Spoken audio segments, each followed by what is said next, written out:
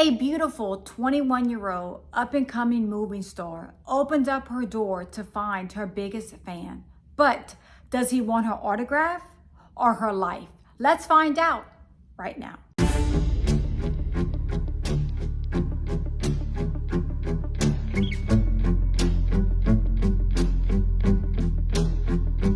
Happy Thriller Thursday, my Cajun cuties. Yes, it's me, Anne-Marie, aka the Cajun Crime Queen from Carrincou, Louisiana. Cajun born, Cajun bred, and when I die, I'll be Cajun dead. I hope after this video that you like, subscribe, and comment, and don't forget to press on that notification bell so you never miss a video from me, Anne-Marie. I hope you have a beverage. I hope you have a snuggle partner or a snuggle fur partner. Those are the best, and you're ready to hear a true crime story from yours truly. And as always, I want to know, how are y'all doing on this beautiful Thursday evening? It's beautiful down here in Louisiana, and I hope y'all are having amazing weather as well. And as y'all know, today we are going to be continuing our Hollywood tragedies. And today we are going to be discussing a beautiful actress that sadly lost her life at only 21 years old. Rebecca Lucille Shaeffer was born on November 6, 1967 in Eugene, Oregon. She was the only child to her parents, Dana and Benson Shaeffer. She was a lovely child. When she was young, her family relocated to Portland, Oregon, where Rebecca Shaeffer was raised. She always wanted to do everything perfect and always wanted to make her parents proud. They asked her to make good grades. She made good grades. They asked her to do things the right way. She did things the right way. In 1984, when Rebecca Shaeffer was a junior at Lincoln High, she decided she wanted to be a model. She went to New York that same summer in 1984 and worked as a model for Elite Model Management. She also thought to herself, to pursue my modeling career, I'm going to have to move here to New York. Rebecca called up her parents and asked her parents if she can move and live in New York. Her parents agreed to let Rebecca stay in New York. As Rebecca asked her father, "Dad, do I choose adventure or regret?" And her dad realized that Rebecca was very ambitious and very responsible and extremely mature for her age, and allowed Rebecca to stay in New York and to have this huge adventure. Rebecca loved being a model, and she enjoyed working in New York City. Rebecca Shaeffer attended professional children's school while she was living in New York City. And in 1984, Rebecca Shaeffer landed a short-term role on the daytime soap opera Guiding Light. Not long after that, she landed a six-month role as Annie on the daytime soap opera One Life to Live. And let me tell y'all, when I watch clips of Rebecca Shaeffer playing Annie Barnes on One Life to Live, she was an incredible actress. She was doing her thing, y'all. She was a pure natural, a gorgeous girl working as an actress, beautiful. But Rebecca's true passion was to become a fashion model. But several people told her that due to her height of only 5'7", she was never going to become a fashion model. Although devastated, she didn't give up there. Rebecca decided that she was going to move to Japan in 1985 to see if she could become a fashion model there. She was turned down in Japan as well due to her weight and height. And I'm going to tell y'all, even though Rebecca was 5'7", that was considered short for the fashion model world. I tried to become a model and I'm 5'8", and I was turned down due to my height and weight as well. And looking back, that's horrible.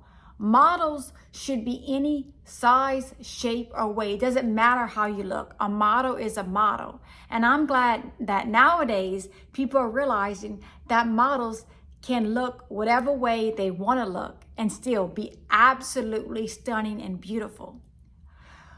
When Rebecca realized that she could not be a fashion model, she decided to pursue her acting career. And while she was pursuing her acting career, Rebecca decided that she was going to work as a waitress and still do little modeling jobs as she was preparing to be the best actress she could be. In 1986, Rebecca Shaeffer had a small role on Radio Days. She appeared in 17 magazine, and that is where TV producers noticed Rebecca. TV producers were casting a new show called My Sister Sam, starring Pam Dawber. Pam Dawber was in the comedy Mork and Mindy with Robin Williams. It was a fantastic show. And the show was about a little sister moving from Oregon to San Francisco to live with her big sister Sam after the death of their parents. The show was a huge hit, and Rebecca Shaeffer landed the role as the little sister, Patty Russell. It was such a cute little show. I love the show. I watched a few scenes from it, and Rebecca and Pam were just in sync together. Such an amazing show. They were on the cover of TV Guide magazines. Now, a lot of you don't know, just such as I don't remember TV Guide magazine back in the day, but they said TV Guide was huge. Everybody read TV Guide. We didn't have the type of TV where you press Guide and everything just shot down. You had to go to TV Guide magazine and look to see what was playing on TV. So being on the cover of TV Guide magazine alongside her co-star Pam Dawber was a huge deal for Rebecca Shaeffer. But Rebecca Shaeffer didn't take fame like that. She just thought she was just an everyday kind of girl. She was loving, she was sweet, and she loved to be an actress and playing Patty Russell. The show was such a hit, it was on the top 25 list. But sadly, in April of 1988, after the second season, the show was canceled due to failed ratings. Even though My Sister Sam was canceled, that was not the end of Rebecca Shaeffer. Rebecca Shaeffer had several supporting roles in several movies, such as Scenes from the Class Struggle of Beverly Hills, Voyage of Terror, and End of Innocence. Rebecca was an amazing actress and loved being an actress. She was climbing to the top and wanted to be the best movie star she can be. And around this time, she started dating a UCLA film student named Brad Silverling. She was in love. She was overjoyed. She was happy. Her relationship was moving fast, and she loved being in a relationship with Brad. She was living her best life at this time, trying to be the best actress that she can be for herself. She loved living in LA. She loved meeting people. She loved hanging out with people. She loved being with her friends and family. And she wanted to become a famous movie star. And she was on her way to do that. But even though Rebecca was only 20 years old at this time, she was very naive and very trusting of people, as we are at that age. Being 20 years old, we think we are invincible. Nothing's going to happen to us. Everything's right. Nobody does wrong in the world. Rebecca's co-stars on her TV movies as well as her television roles, everyone constantly encouraged Rebecca to never have her address on her license, never have her name on her mailbox. But Rebecca was like, okay, I won't, whatever, I won't. Rebecca thought in her mind that everyone was good and she trusted everyone. She didn't realize that lurking around the corner were several stalkers, and one would end up being a terrible person for Rebecca Shaeffer. Rebecca Shaeffer loved receiving fan mail. She loved reading all the fans' letters. She adored her fans more than anything. She would even boast about it, and she would tell her co-stars, look all this fan mail I have. They're writing me. People are telling me their problems. I'm answering them back. And her co-stars would say, wait, you're answering them back? And she says, yes, what's wrong with that? They said, oh no, don't do that. That could be dangerous. Just sign an autographed picture and send it back to them. That's all you need to do. She didn't want to do that. She wanted to connect with her fans on several levels. And in 1987, a fan named Robert John Bordeaux decided to travel from Arizona to Los Angeles, armed with a teddy bear and flowers, to Warner Brothers Studios to meet Rebecca Shaeffer. He was turned away by security guards. 1 month later, he returned to Warner Brothers Studios with a large knife, but again was denied access inside to Rebecca Shaeffer. John Bordeaux returned to Arizona, where he began to lose focus on Rebecca Shaeffer and started focusing on stars like Tiffany, Debbie Gibson, and Madonna. But in 1989, Robert John Bordeaux was watching Scenes from the Class Struggle of Beverly Hills and saw Rebecca Shaeffer in bed in a scene with another man, and he became enraged. He was Oh, he was so angry because he says that Rebecca Shaeffer was innocent and now she became just another Hollywood whore and deserved to be punished for what she did in that scene with another man. Robert John Bardo thought he was in a relationship with Rebecca Shaeffer. And remember, when they are in these scenes, Robert John Bardo believed that Rebecca Shaeffer was his. So when he sees her in this scene in bed with another man, he lost his mind and decided that Rebecca Shaeffer was another Hollywood whore. He was going to go to LA and he was going to punish her for that scene in that movie. Robert John Bardo pays a private detective $250 to find Rebecca Shaeffer's home address in California, which he does. The detective gives Robert John Bardo the address. Then Robert John Bardo decides he needs a gun. He goes to a gun store. He tries to purchase a gun. But the clerk notices that he has strange and weird behavior. Then Robert John Bardo discloses his mental issues to the clerk. The clerk decides not to sell a gun to Robert John Bardo, even to go as far as posting a picture of Robert John Bardo on the walls of the gun shop so no one sells him a gun. Robert John Bardo convinces his brother to buy him a gun. His brother purchases a gun for Robert John Bardo, but does tell him, "Do not use this gun unless you are with me." Robert John Bardo agrees, but in July of 1989, he decides to go to LA. He takes a bus from his home in Tucson, Arizona. 35 years ago today, on July 18th, 1989, Robert John Bardo arrives in LA, wanders around Rebecca Shaeffer's neighborhood, showing her pictures, asking people if she really lives around there. No one responds to him, and everyone just keeps walking. He finds her house and decides to knock on the door. At this time, Rebecca Shaeffer's intercom was broken, so she would have to have come down and answer the door. And she was waiting for a package that day. She was waiting for a script. She was going to be auditioning to play Mary as in The Godfather 3. She was going to be playing the daughter of Al Pacino and Diane Keaton. She wanted this role more than anything. This was a huge role. Everyone wanted this role. It was said Madonna wanted the role. Winona Ryder wanted the role.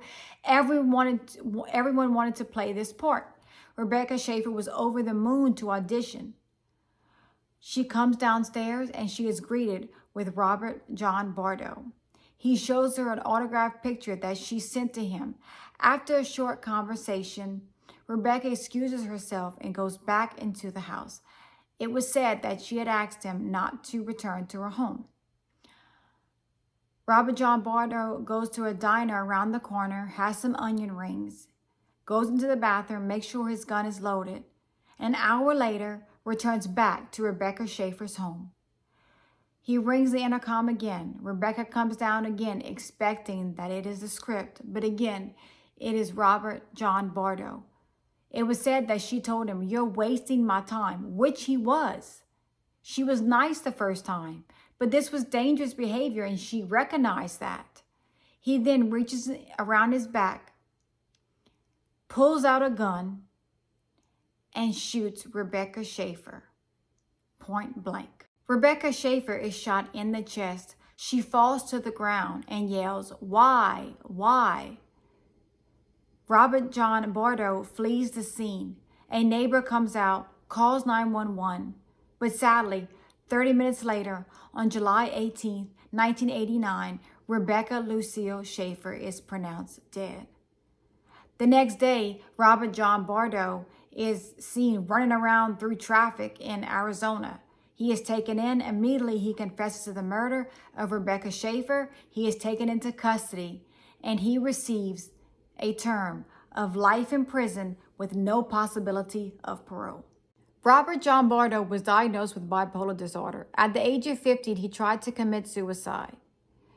He was institutionalized for a month to treat emotional problems. He had been arrested 3 times on charges that included domestic violence, disorderly conduct. Robert John Bardo's neighbors also said that he had unexplained, strange, and threatening behavior towards them. And Robert John Bardo carried a copy of Catcher in the Rye when he murdered Rebecca Shaeffer, which he tossed onto a roof after he fled, just like Mark David Chapman, who had also carried the book when he shot John Lennon.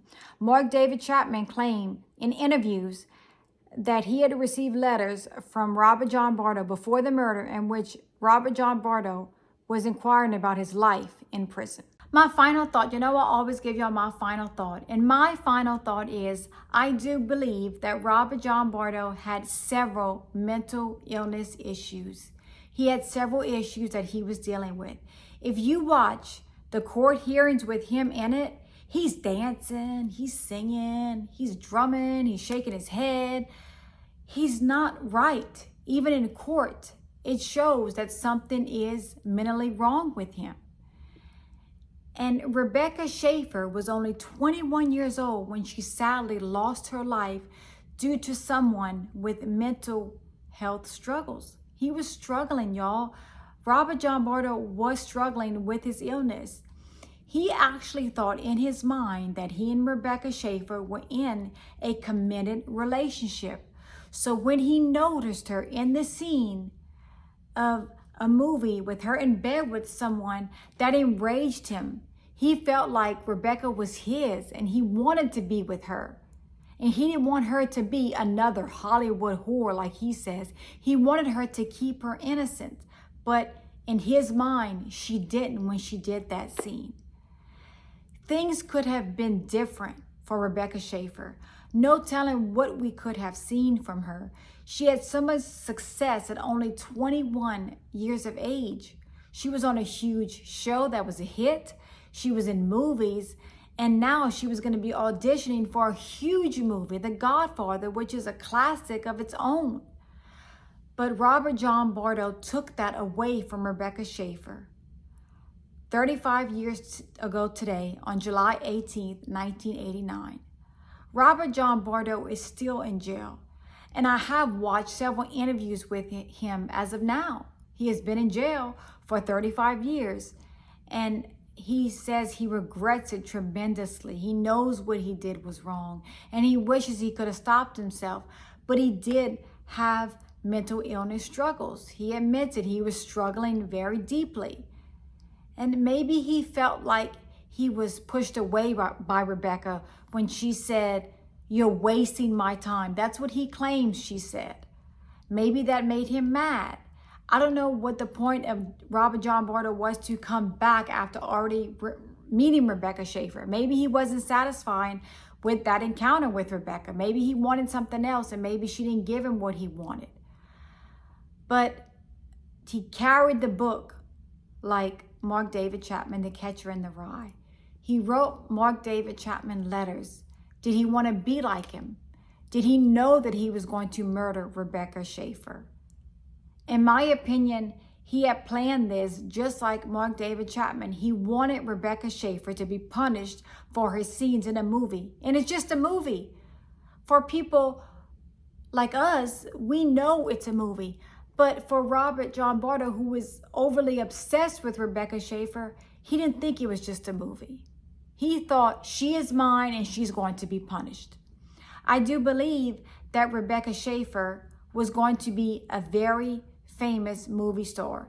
Hell, she could even have a star on the Hollywood Walk of Fame by now. That's how good she was as an actress. Y'all need to go see some of her movies. She was an incredible actress at such a young age. She was wonderful. She was a wonderful actress. And I hope her family and friends remember her beautiful memories. She was a beautiful girl and a great person. And I hope they remember how good of a person she really was.